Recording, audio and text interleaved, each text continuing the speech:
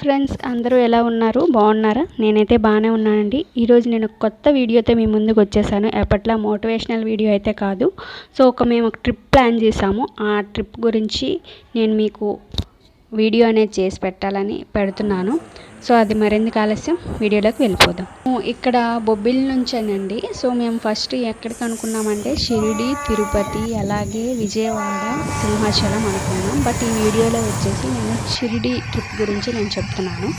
మేము ఏంటంటే ఫస్ట్ బొబ్బిలిలో మేము మార్నింగ్ ఇక్కడ నుంచి మార్నింగ్ 10కి అన్నారు ట్రైను. 10కి అనేసరికి ఆ 10 అయ్యేసరికి ట్రైన్ ఒక హాఫ్ అన్ అవర్ లేట్ వచ్చింది. 10:30కి అనమాట ట్రైన్ వచ్చింది. అక్కడ నుంచి మేము ఏంటంటే మరుసటి రోజు మళ్ళీ 10 అయ్యిందనమాట. మేము దిగేసరికి 10 అయింది. జర్నీ అంతా కూడా 1 డే జర్నీ పట్టేసిందండి. 24 అవర్స్ మనకి జర్నీ అనేది ఉంటుంది. అక్కడ ప్లేసెస్ కానీ ఏవైనా సరే చాలా బాగుందండి. చూడండి ఎంత బాగున్నాయో ప్లేసెస్ అన్నీ కూడా చూడటానికి చాలా నీట్గా, అంటే ఒక పల్లెటూరు వాతావరణం అవనియండి, అలాగే ఒక సిటీ అవనియండి, రెండు చాలా బాగున్నాయి ఆ ప్లేసెస్ అన్నీ కూడా. ఫైనల్లీ సాయినగర్లో దిగేసాము. షిరిడి నుంచి షిరిడీకి వచ్చేసాము. సాయినగర్ రైల్వే స్టేషన్ దిగేసాము. అక్కడ నుంచి మేము అక్కడ టెంపుల్ దగ్గరలో ఒక రూమ్ అయితే తీసుకున్నామండి. అదేంటంటే మాకు ప్రైస్ 600 అనేది పడింది. దానికి ముందుగా బుక్ చేసుకోవాలంట ఆన్లైన్లో. మేము అప్పటికప్పుడు అనుకోవటం, అప్పుడు అక్కడ దగ్గరలో ఏదైతే రూమ్ ఉందో అది మేము తీసుకున్నాం అనమాట. రూమ్ అయితే చాలా బాగుంది. టెంపుల్ దగ్గరలో ఉండదే మేము తీసుకున్నాం. చూడండి ఇది టెంపుల్ అనమాట.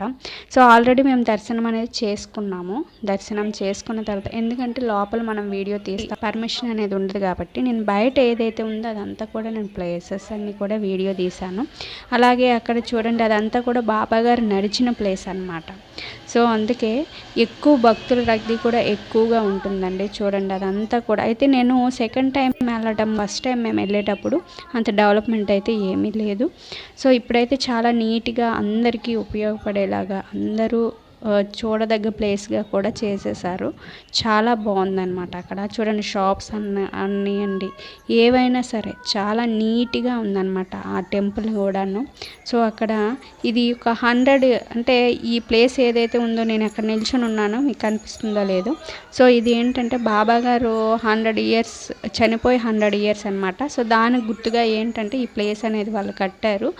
ఇక్కడ ఏంటంటే వచ్చిన ఎవరైతే ఉన్నారో భక్తులందరికీ కూడా ఇక్కడ ఇది ఒక వెయిటింగ్ హాల్ లాగా చాలా నీట్గా ఉందండి. అలాగే ఇది కూడా బాగుంది. అలాగే అక్కడ మార్కెట్ చూసుకున్నట్లయితే చాలా వరకు అక్కడ ప్రైజెస్ అని చూసుకున్నట్లయితే అది మన దీనిలోనే ఉంటుందండి. కొంచెం రేట్స్ అయితే ఎక్కువగానే ఉన్నాయి.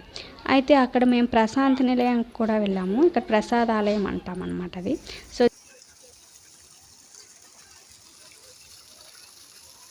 అయితే ఈ ప్రసాద నిలయంలో ఎలా ఉంటుందంటే, మనం ఏంటంటే దర్శనంకి వెళ్ళేటప్పుడు వాళ్ళే మనకు ఫ్రీ టికెట్ అనేది ఇస్తారండి.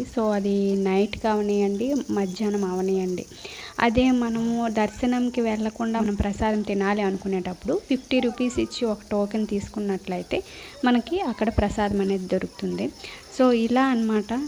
మనకి అంటే అవైలబుల్, అందరికీ కూడా అవైలబుల్ అయ్యేటట్టు వాళ్ళు చేశారనమాట. చాలా బాగానే ఉంది. ఆ ప్రశాంతి నిలయంలో కూడా చాలా ప్రశాంతంగా ఉంటుందన్నమాట. ఇదండి.